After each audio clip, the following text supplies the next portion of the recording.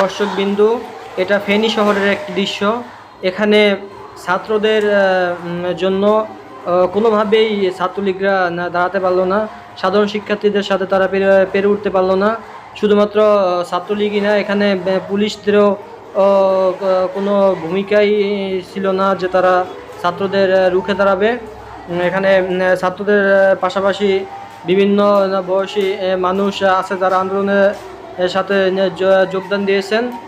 আর বিশেষ করে ছাত্ররা এতটাই এখানে কঠোরভাবে আন্দোলন করেছে যাতে কোনো ছাত্রলীগের কোনো এক কর্মী এখানে এসে বেশি সময় দিয়ে তাদের সাথে পেরে উঠতে পারেনি। আর কোনোভাবেই ছাত্রলীগের কর্মীরা এখানে শিক্ষার্থীদের সাথে দখলদারিত্ব করে পারেনি, অথবা এখানে কোনো ধরনের ক্ষয়ক্ষতিও করতে পারেনি ছাত্রলীগ। যদিও চেষ্টা করেছিল ছাত্রলীগ এদের উপরে আক্রমণ করতে, কিন্তু তাদের সাথে আরও লোকজন ছিল, বা তাদের সাথে আরও বয়স্ক অনেক লোক ছিল যারা ছাত্রদের পাশে এসে দাঁড়িয়েছে। যার কারণে ফেনী শহরটি খুবই একটা শান্তি সুশৃঙ্খলভাবেই আন্দোলন হয়েছে, যেখানে কোনো মারামারি বা কাটাকাটি নেই। আর ছাত্ররা দাবি করছে যেখানেই এইরকম মারামারি বা কাটাকাটির কোনো অথবা হিংস্রতার কোনো একটা ভূমিকা শুধুমাত্র ছাত্রলীগ করে, অথবা পুলিশই করতে পারে। কেননা সাধারণ ছাত্ররা কখনোই সহিংসতার সাথে কোনো কাজ করে না।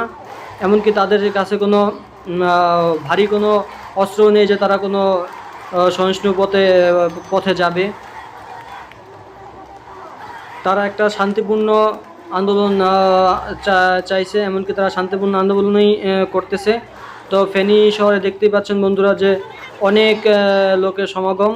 এখানে ফ্লাইওভারের নিচে অনেক বড় আকারে মিছিল চলছে, আন্দোলন চলছে ছাত্রদের সাথে। অনেক শ্রেণীর পেশাদার মানুষ সাহায্যের জন্য হাত বাড়িয়ে এসেছে।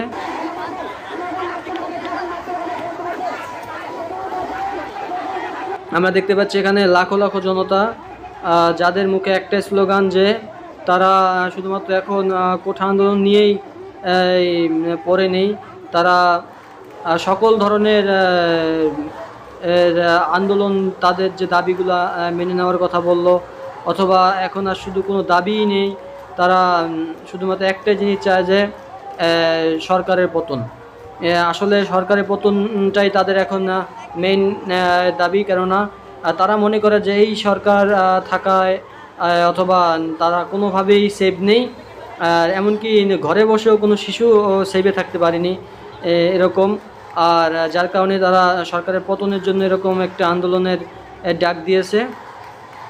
যদিও আমাদের ভাষ্যমতে অথবা শোনা গেল যে আজকে রাত্র থেকে একটি অনির্দিষ্টকালের জন্য কারফিউ জারি করেছে সরকার, যাতে করে এরকম আন্দোলনকে দমিয়ে রাখা যায়।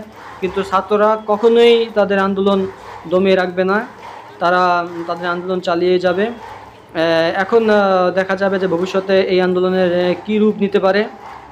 ফেনী শহরে তো কোনোভাবেই ছাত্রলীগরা তাদের রুখে দাঁড়াতে পারেনি, এমনকি তাদের ভয়ে পালিয়ে যাওয়ারও রেকর্ড আছে।